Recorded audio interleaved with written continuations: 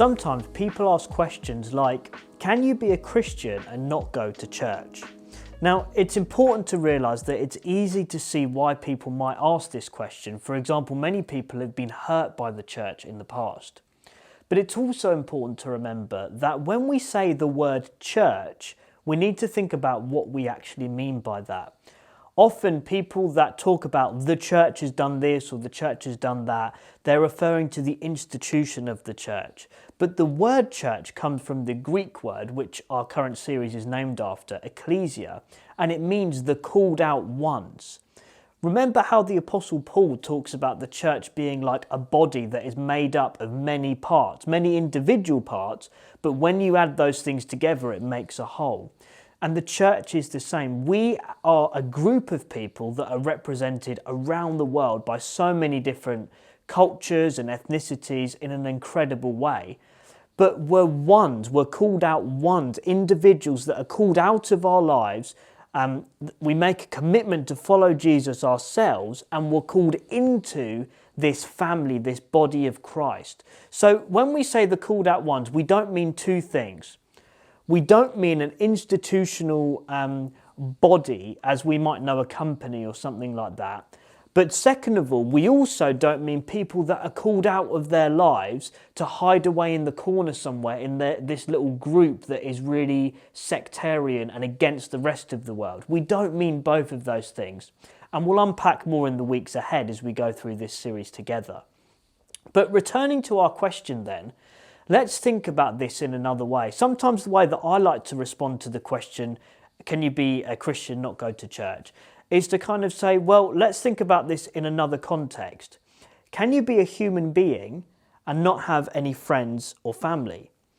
And when you phrase it in that way, we think to ourselves, well, yeah, technically you can still be a human being. You don't stop being a human being. But the thing that gives life meaning is those relationships with friends and family that we form over the course of our lives. That's what gives it the real substance, the joy and the memories. And I'm confident that when we all look back on our lives, the things that we will remember will be the things that, the things we've been able to do with and for other people around us. And so we as humans are supposed to be a community. We're communal beings, if you like. And so, of course, when Jesus comes and founds a community on earth, or a religion on earth, if you like, a movement, he makes it a community. That's primarily what he did. There's a famous quote that says, Jesus didn't write a book, he formed a community.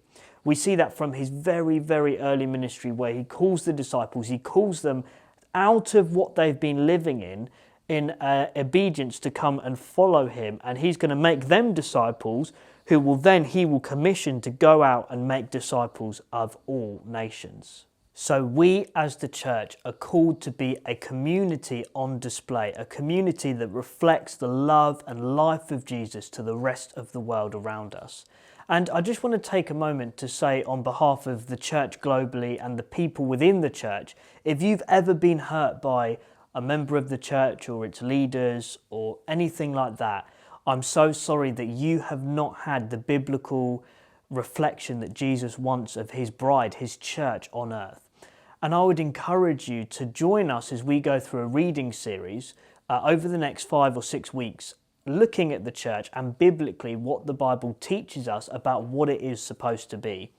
I believe that it will encourage you and also help to heal those wounds that have been broken, and maybe set you back on the journey towards finding a community that you can call home as you live your individual life as a follower of Jesus.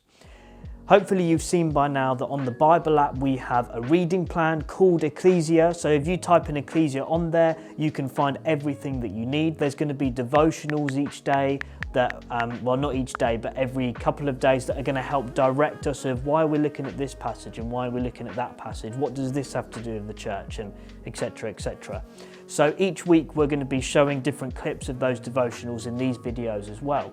So thank you guys so much for watching, and we're really excited to start this journey looking at the church together.